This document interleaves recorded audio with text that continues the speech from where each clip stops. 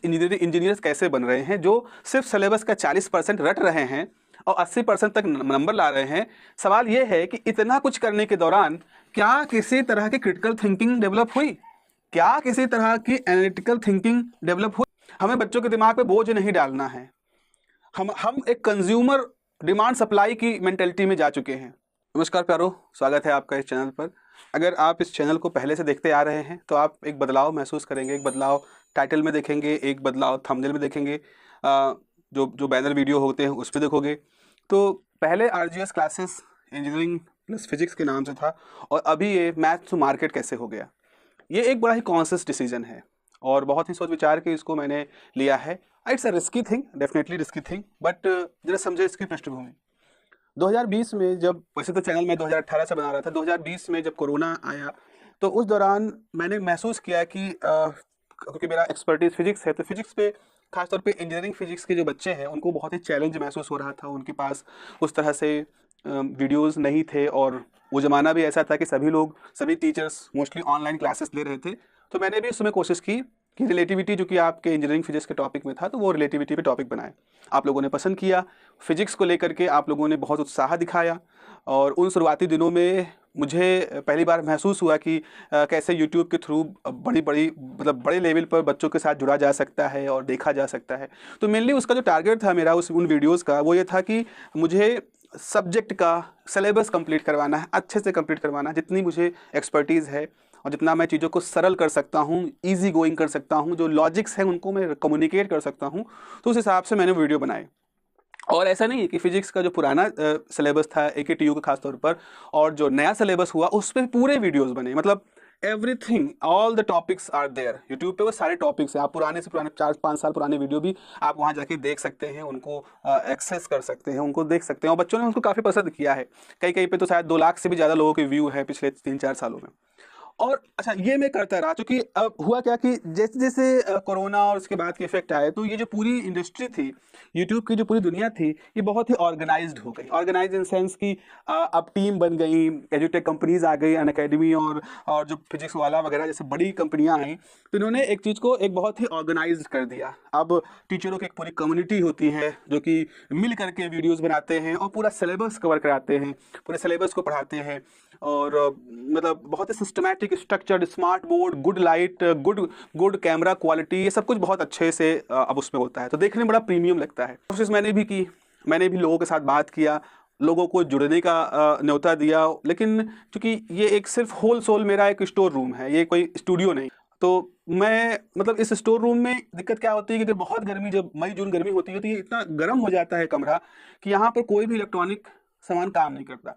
अगर मैं वीडियो बनाने की कोशिश करता भी हूँ तो वीडियो बहुत तेज़ी से हीटअप हो जाता है, बहुत तेज़ी से फ़ोन हीटअप हो जाता है। अगर मैं कोशिश करूँ यहाँ स्मार्ट टीवी लगाने की तो वो भी काम नहीं करेगी। इवन अगर मैं यहाँ पर AC भी लगवाने की कोशिश करूँ तो भी, चूंकि ये कमरा छत पे सबसे ऊपर है, चारों तरफ से इस पर धूप आती है, तो वो भी मेरे लिए बहुत ही मुश्किल हो जाएगा। उसके लिए भी मुझे बहुत ज़्यादा एफर्ट करने पड़ेंगे, बहुत कुछ हो। सो अल्टीमेटली ये एक ऐसा मैं सिस्टम नहीं बना पाया जहाँ मैं लोगों को जोड़ पाऊँ कि कोई आए, आकर के यहाँ रिकॉर्डिंग करे और चला जाए और फिर उसको मैं मैनेज करूँ। तो तमाम प्रयास के बावजूद, तमाम कोशिशों के बावजूद, हालांकि मैंने मतलब वो लोग नहीं जुड़ पाए। तो इस चैनल पर आपको मेरे ही केवल वीडियोस दिखेंगे और लोगों की वीडियो नहीं दिखेंगे। अब ऐसी स्थिति में उस चैलेंज को स्वीकार करते हुए मैंने फिजिक्स के साथ इलेक्ट्रिकल इंजीनियरिंग के भी वीडियोस बनाए, मैंने उसके साथ इलेक्ट्रॉनिक्स के भी वीडियो बनाए, मैंने मैथमेटिक्स के भी वीडियो बनाए। तो इन सारे सब्जेक्ट, हालांकि सब्जेक्ट हैं कुछ नहीं, मतलब क्योंकि बाय गॉड ग्रेस मुझे PhD करने का मौका मिला, थ्योरेटिकल फिजिक्स में PhD करने का मौका मिला, 20 सालों से मुझे आप जैसे बच्चों को पढ़ाने का मौका मिला। तो सब्जेक्ट जो था ये मतलब है तो मेरे लिए कुछ ऐसा कोई खास नहीं कि बहुत कठिन सब्जेक्ट है, वेरी नॉर्मल। आपकी जो बेसिक इलेक्ट्रिकल इंजीनियरिंग है, आपकी जो electrical engineering most of the topic जो है वो सब फिजिक्स के कहीं ना कहीं टॉपिक जुड़े हुए हैं। जो टूल आप इस्तेमाल करते हो, चाहे वो फूरियो हो, चाहे वो लेप्लास हो, चाहे वो डिफरेंशियल इक्वेशन हो, चाहे मैट्रिसेस हो, चाहे लीनियर अलजेब्रा हो, all are the tools of physics. और जैसे मैंने कहा कि मुझे थोड़ा पढ़ने का मौका मिला है, मास्टर्स के साथ पढ़ाने का मौका मिला है, PhD करने का मौका मिला है, PhD कराने का मौका मिला है, तो ये सारे टूल कभी ना कभी यूज किए गए हैं। तो एक UG लेवल पर जितना चाहिए उतना तो है, वो मुझे कॉन्फिडेंस है कि मुझे आता है। लेकिन जब वो वीडियोस मैंने बनाए तो देखा गया कि बच्चों को शायद ये ज़्यादा अच्छा लगता है कि भाई आप फिजिक्स के हो तो आप केवल फिजिक्स पढ़ाओ, मैथ वाला कोई और हो, या आई डोंट नो बट शायद नहीं उतना अच्छे से कम्युनिकेट हो पाया। तो अल्टीमेटली हुआ क्या कि फिजिक्स को लेकर के बच्चों ने चैनल पर अपनी रुचि दिखाई और बाकी सब्जेक्टों को भी वो देखते हैं बट नॉट दैट मच। अच्छा, धीरे धीरे जो मैं नहीं चाह रहा था, मैं इसको हेल्प की तरह से चाह रहा था कि बच्चों को हेल्प हो, बट धीरे धीरे जो सिलेबस, जो मेरा पूरा चैनल है ये एक सब्जेक्ट सिलेबस स्पेसिफिक चैनल बन गया। मतलब जब एग्ज़ाम होता है तो बच्चे देखना शुरू होते हैं, व्यू बूस्ट करते हैं, फिर जब एग्ज़ाम ख़त्म हो जाते हैं तो व्यू फिर से वापस आ जाते हैं। उसके बाद फिर मतलब हर सेमेस्टर में ऐसा होता है, मतलब सिर्फ और सिर्फ इन वीडियोस को बच्चे तब देख रहे होते हैं जब उनको एग्ज़ाम पास करना होता है, क्योंकि ये सिर्फ सब्जेक्ट डिस्कस कर रहा है, ये सीधा संकेत है कि ये सिर्फ सिलेबस को डिस्कस कर रहा है। अब इतने सारे बच्चों के पास ऑप्शन है, बहुत अच्छे अच्छे ऑप्शंस हैं, बहुत अच्छे अच्छे टीचर्स हैं जिनकी पूरी कम्युनिटी उसको पढ़ा रही है। तो अब तो सिलेबस पढ़ाने वाला बहुत सारे लोग हैं। मैं देखता हूँ चैनल पे, चाहे वो आपके गेटवेज बहुत अच्छे तरीके से पढ़ा रहे हैं, और वो RGPV में बहुत सारे, मैं उनका नाम तो आई एम सॉरी मैं उनका नाम नहीं जान रहा हूँ, बट आप देखोगे चैनल बहुत सारे हैं जो सब्जेक्ट पढ़ा रहे हैं, सिलेबस पढ़ा रहे हैं। और दुर्भाग्य देखिए, सिलेबस हद से ज़्यादा प्रिडिक्टेबल हो चुका है, क्वेश्चन पेपर हद से ज़्यादा प्रिडिक्टेबल हो चुके हैं। आप अगर किसी भी इंजीनियरिंग यूनिवर्सिटी में, स्टेट इंजीनियरिंग यूनिवर्सिटी की बात कर रहा हूँ, लाइक AKTU, आप AKTU की फिजिक्स का पेपर पिछले 5 साल को उठा के देख लोगे, आप पाओगे कि क्वेश्चन एक पैटर्न को फॉलो करते हैं। जैसे 2021 में आया तो 23 में आया, 23 में आया तो 25 में आया, न्यूमेरिकल्स वही, थ्योरी क्वेश्चन वही, इंटरफेरेंस का पूरा टॉपिक है, लेकिन पूछते क्या है, न्यूटन्स रिंग और थिन फिल्म का पूछ लिया तो वही घूम घुमा के, उसी पे न्यूमेरिकल, उसी पे थ्योरी, उसी के वर्जन्स। क्वांटम मैकेनिक्स पूरा यूनिट है, पूछते क्या है, श्रोडिंगर इक्वेशन। मतलब पूरी इतना पूरा यूनिट में से सिर्फ क्या पूछे हैं, श्रोडिंगर इक्वेशन। भाषा भी कई बार नहीं बदलती, वही सिलेबस। अब मुझे बताएं कि अगर कोई सिलेबस स्पेसिफिक पढ़ा भी रहा है तो पूरे सिलेबस का उसको केवल 40% ही पढ़ना है, सिर्फ 40% पढ़ लोगे, एंड अगर आप ये 40% बहुत अच्छे तरीके से कर लोगे तो आप उस सिलेबस में 80% मार्क्स ले आ सकते हो, अच्छे से पढ़ लोगे तो, अच्छा लिख लोगे तो। अब मुझे बताइए, अगर आज आपके पास इंजीनियर्स कैसे बन रहे हैं जो सिर्फ सिलेबस का 40% रट रहे हैं और 80% तक नंबर ला रहे हैं। सवाल ये है कि इतना कुछ करने के दौरान क्या किसी तरह की क्रिटिकल थिंकिंग डेवलप हुई, क्या किसी तरह की एनालिटिकल थिंकिंग डेवलप हुई? क्योंकि आपके क्वेश्चन पेपर के क्वेश्चन इन स्किल्स के ऊपर तो बात ही नहीं कर रहे हैं ना। आप तो खाली रटी रटाई चीजें पूछ रहे हो, श्रोडिंगर इक्वेशन, वही Schrodinger equation, time dependent, independent, बताओ क्या होते हैं, डेरिवेशंस। पिछले 100 साल पुरानी थ्योरी हो चुकी है, पिछले कितनी अच्छी अच्छी किताबें लिखी जा चुकी हैं, कितने लोग उसको पढ़ा चुके हैं, अच्छी अच्छी टेक्निक पढ़ा चुके हैं, फिर वही पूछ रहे हो। कोई मतलब नहीं है आपको कि बच्चे की क्रिटिकली थिंकिंग करनी आती है कि क्रिटिकल थिंकिंग करनी आती है कि नहीं। कारण क्या है? ऐसा नहीं कि वो लोग जानते नहीं, वहाँ एक्सपर्ट्स नहीं है। कारण ये है कि आपको लोड नहीं देना है, हमें बच्चों के दिमाग पे बोझ नहीं डालना है। हम एक कंज्यूमर डिमांड सप्लाई की मेंटेलिटी में जा चुके हैं। बोर्ड के एग्जाम से बच्चे 90% से ज़्यादा पास होकर के आ रहे हैं। अगर बोर्ड एग्जाम से बच्चे 90% मार्क्स नहीं, मतलब 90% रिजल्ट जा रहा है, इसका मतलब जितने बच्चों ने एग्जाम दिया उसमें 90% पास हो रहे हैं। और आप तेजी से भारत में यूनिवर्सिटीज़ खुल रही है, प्राइवेट यूनिवर्सिटीज़, प्राइवेट कॉलेजेस खुल रहे हैं इंजीनियरिंग के लिए। और ये जो प्राइवेट कॉलेजेस होते हैं, इनमें से फीस कम से कम नहीं तो 1.25 लाख रुपए तो होती है। कंप्यूटर साइंस पे आप जा रहे हो तो एक बच्चे की फीस 1.25 लाख रुपए, और मिनिमम क्या है, शायद 55%। अगर आपके बोर्ड में 55% नंबर है, then you can take the admission in this colleges. तो आप बीटेक किसी भी ब्रांच में इतने नंबर ले जा करके पास कर सकते हो। अब इतने नंबर पाने वाला हर व्यक्ति दुर्भाग्यशाली नहीं से, कुछ बच्चे होंगे, हो सकता है उनकी तबीयत खराब हो गई या कुछ प्रॉब्लम हो गई जिसकी वजह से उनके नंबर बोर्ड में कम हो गए। ऐसे कितने होंगे? 10%। लेकिन बाकी जो इस इतने परसेंट नंबर पा रहे हैं, संभवतः वो अभी उस क्षमता को नहीं प्राप्त किए हैं, अभी वो उस एबिलिटी के नहीं है, लेकिन वो आ गए हैं। उनको भी ढकेल दिया गया है इस चूहा दौड़ में कि आपको इंजीनियरिंग करनी है, क्योंकि उनकी शायद पहले रुचि नहीं थी।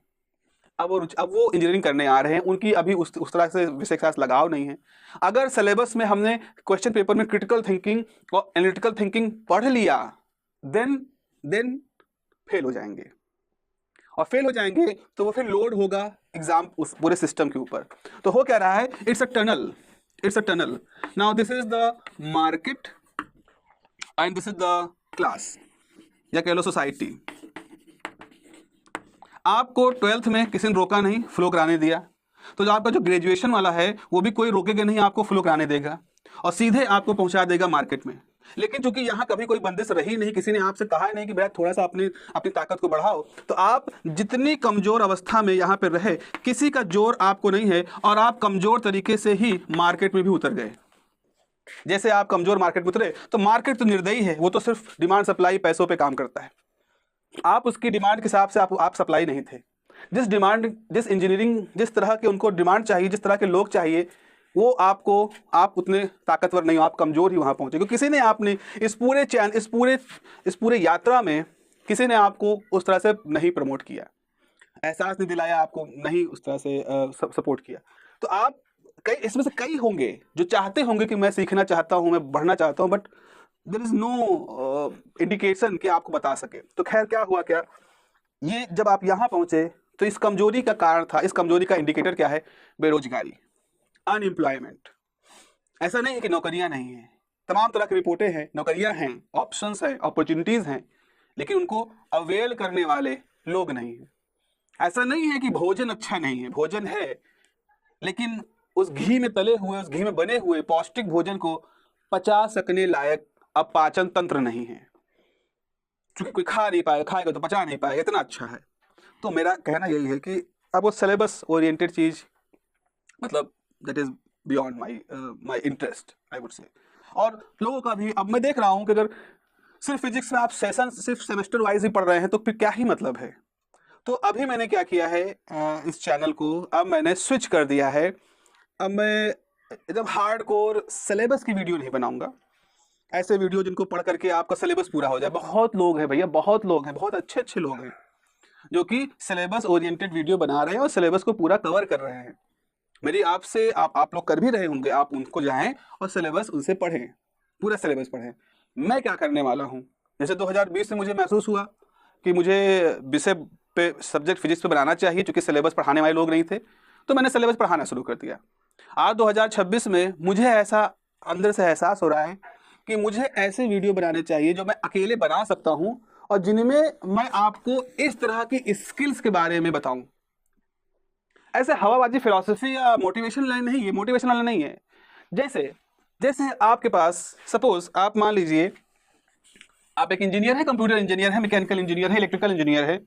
आपने मैथमेटिक्स में एक टॉपिक पढ़ा कॉम्प्लेक्स एनालिसिस, आपने एक टॉपिक पढ़ा कॉम्प्लेक्स एनालिसिस। आपको मालूम है कि ये जो स्ट्रक्चर होता है वो एक कॉम्प्लेक्स नंबर का स्ट्रक्चर होता है, जिसमें एक रियल पार्ट होता है, एक इमेजिनरी पार्ट होता है। ठीक है, कॉम्प्लेक्स नंबर है।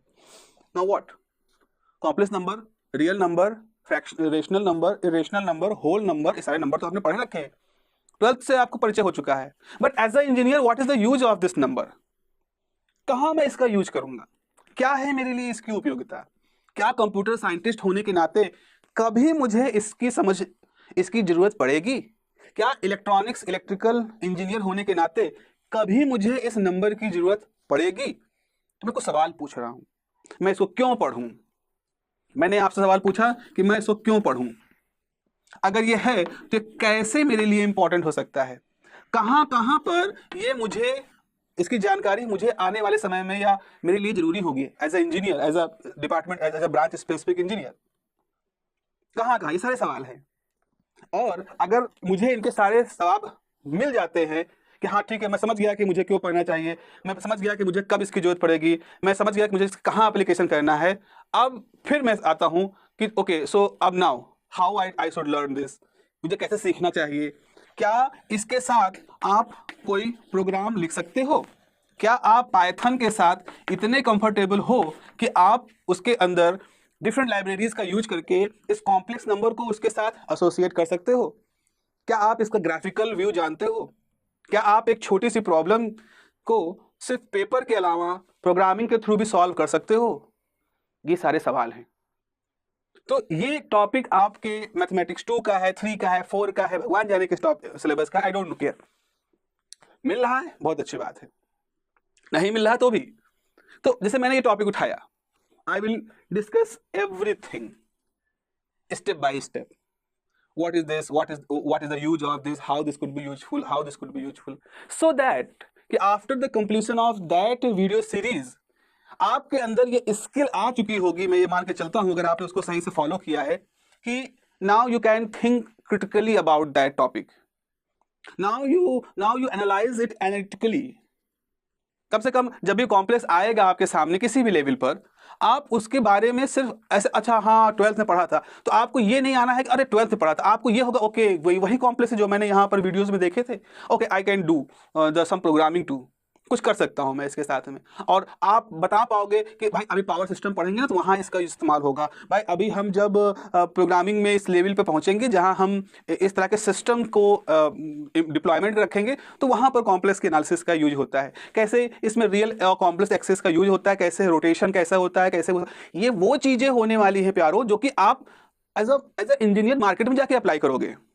सिर्फ कॉम्प्लेक्स एनालिसिस आपकी यूनिट नंबर 2 जिससे 7 नंबर के क्वेश्चन आते हैं, सिर्फ वही नहीं है, इतने तक सीमित नहीं है, ये इससे ऊपर है, इससे बड़ी है।